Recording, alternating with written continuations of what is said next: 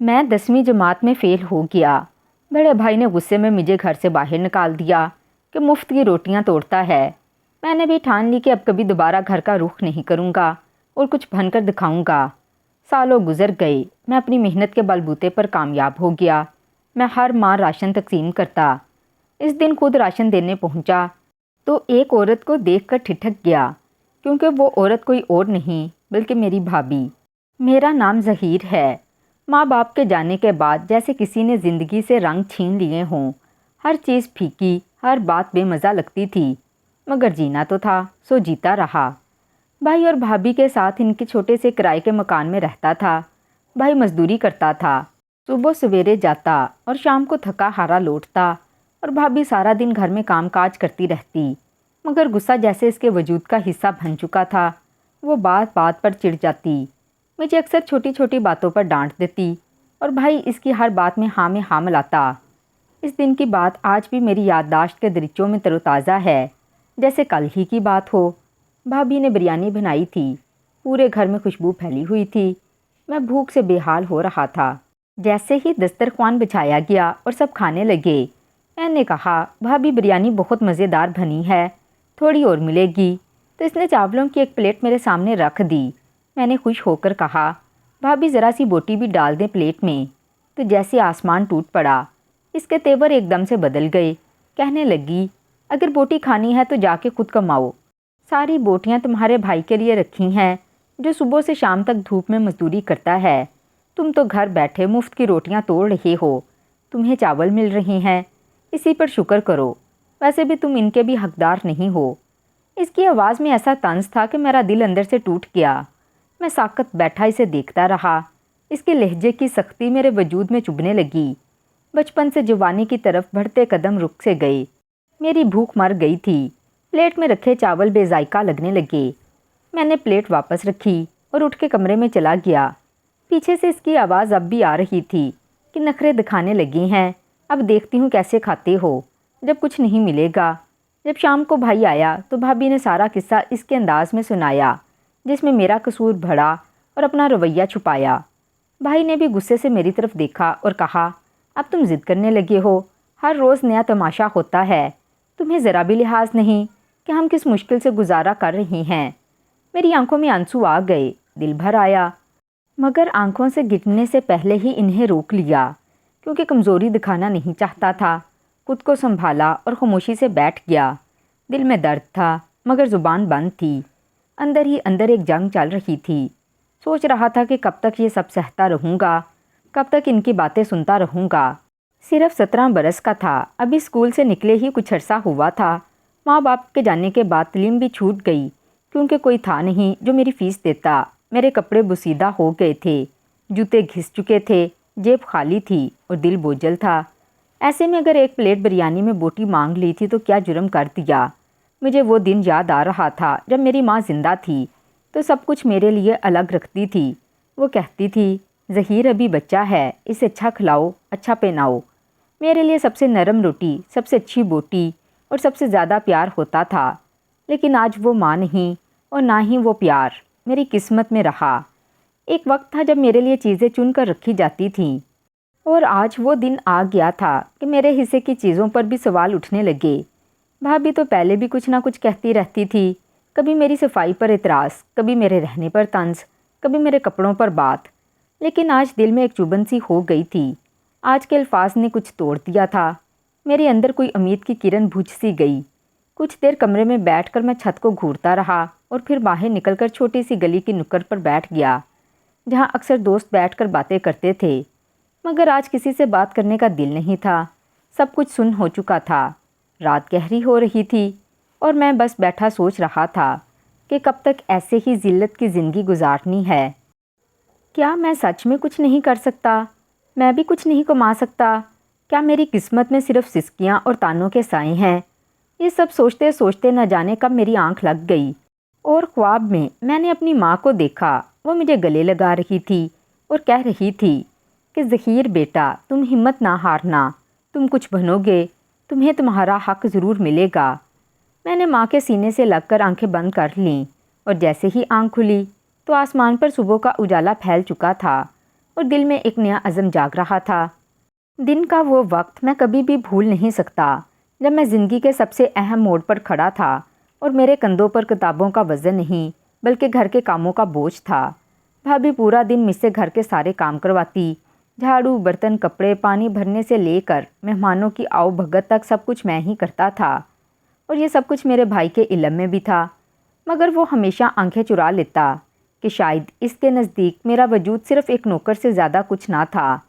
اس دن میرے میتھ کا پیپر تھا اور میٹرک کے پیپرز میں مجھے سب سے زیادہ خوف اسی مضمون سے آتا تھا۔ میں نے کئی مہینے دن رات محنت کی تھی، ریاضی کے سوالات سمجھنے کی کوشش کی تھی، اپنی کاپیوں کو پر کیا تھا، ٹیچر سے اضافی وقت لے کر بھی سمجھا تھا، لیکن وہ دن ایسا آیا کہ میری محنت کا گھلا گھونٹ دیا گیا۔ صبح ہی سے بھابھی کے سسرال والے آ گئے اور انہوں نے جیسے میرے نصیب پر بوجھ ڈال دیا۔